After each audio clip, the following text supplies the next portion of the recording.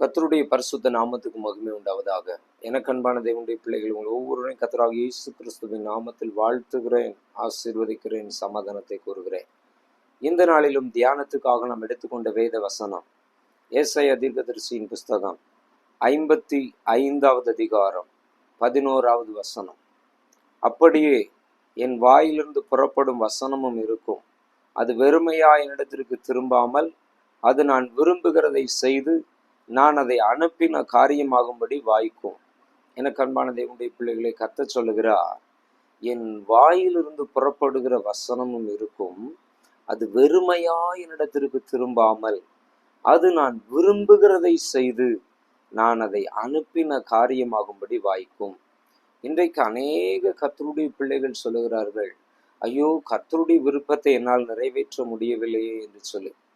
எனக்கு அன்பான தேவனுடைய பிள்ளைகளே, நான் கர்த்தருடைய விருப்பத்தை நிறைவேற்றணும்னு விரும்புகிறேன், ஆனாலும் நான் என்னுடைய விருப்பத்தையே நிறைவேற்றி கொண்டிருக்கிறேன். கர்த்தருடைய விருப்பத்தை என்னால் நிறைவேற்ற முடியவில்லை என்று புலம்புகிற அநேகரை நான் பார்த்திருக்கிறேன். வேதம் சொல்லுகிறது, வசனத்தை நாம் எந்த அளவு நம்முடைய வாழ்க்கையில் முக்கியப்படுத்துகிறோமோ அந்த அளவு நாம் தேவனுடைய விருப்பத்தை நம்முடைய வாழ்க்கையில் நிறைவேற்ற முடியும். இந்த வேத வசனத்தை தியானித்து பார்ப்போம் என்று சொன்னால், இங்கே இவ்வாறு சொல்லப்பட்டிருக்கிறது, அப்படியே என் வாயிலிருந்து புறப்படும் வசனமும் இருக்கும்.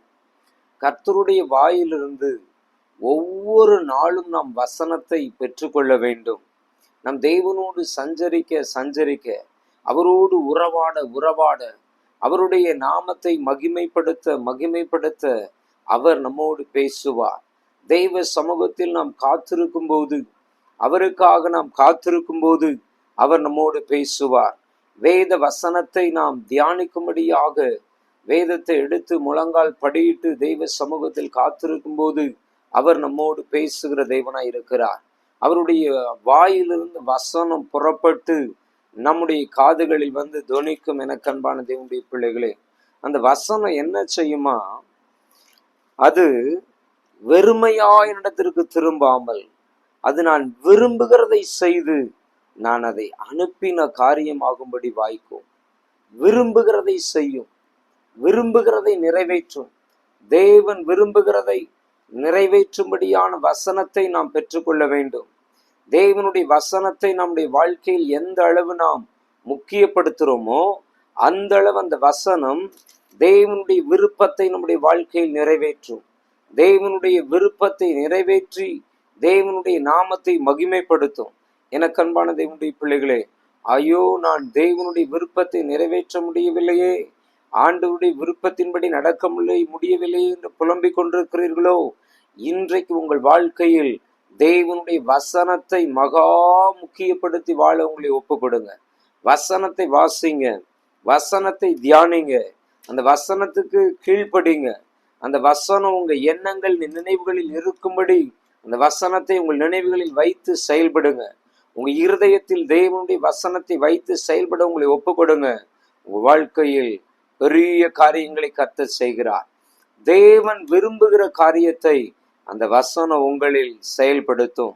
உங்களை கொண்டு தேவன் என்ன செய்ய வேண்டும் என்று விரும்பினாரோ அந்த விருப்பத்தை தேவ வசனம் உங்களில் நிறைவேற்றும். எனக்கு அன்பான தேவனுடைய பிள்ளைகளே, ஆகவே இந்த நாளிலிருந்து நாம் தேவனுடைய வசனத்தை மகா முக்கியப்படுத்தி, தேவனுடைய வசனத்துக்கு மகா முக்கியத்துவம் கொடுத்து தேவனுடைய விருப்பத்தை நிறைவேற்றுவோம். தேவனுடைய நாமத்தை மகிமைப்படுத்துவோம். ஜெபிப்போமா? கர்த்தாவே, இந்த நல்ல நாளுக்காக, நல்ல வேளைக்காக நன்றியோடு துதிக்கிறோம், ஸ்தோத்திரிக்கிறோம். அப்பா, இந்த நாளிலிருந்து நாங்கள் உம்முடைய வசனத்தை முக்கியப்படுத்தி, உம்முடைய வசனத்துக்கு கீழ்ப்படிந்து, உம்முடைய வசனத்தின்படி உம்முடைய விருப்பத்தை நிறைவேற்றுகிற கிருபைகளை தாரும். அதற்குரிய அபிஷேக வல்லமையினாலும் அதற்குரிய விசேஷித்த கிருபையினாலும் இப்பொழுதே ஒவ்வொருவரையும் நிரப்பி ஆசீர்வதியும். பெரிய காரியங்களை செய்யும்.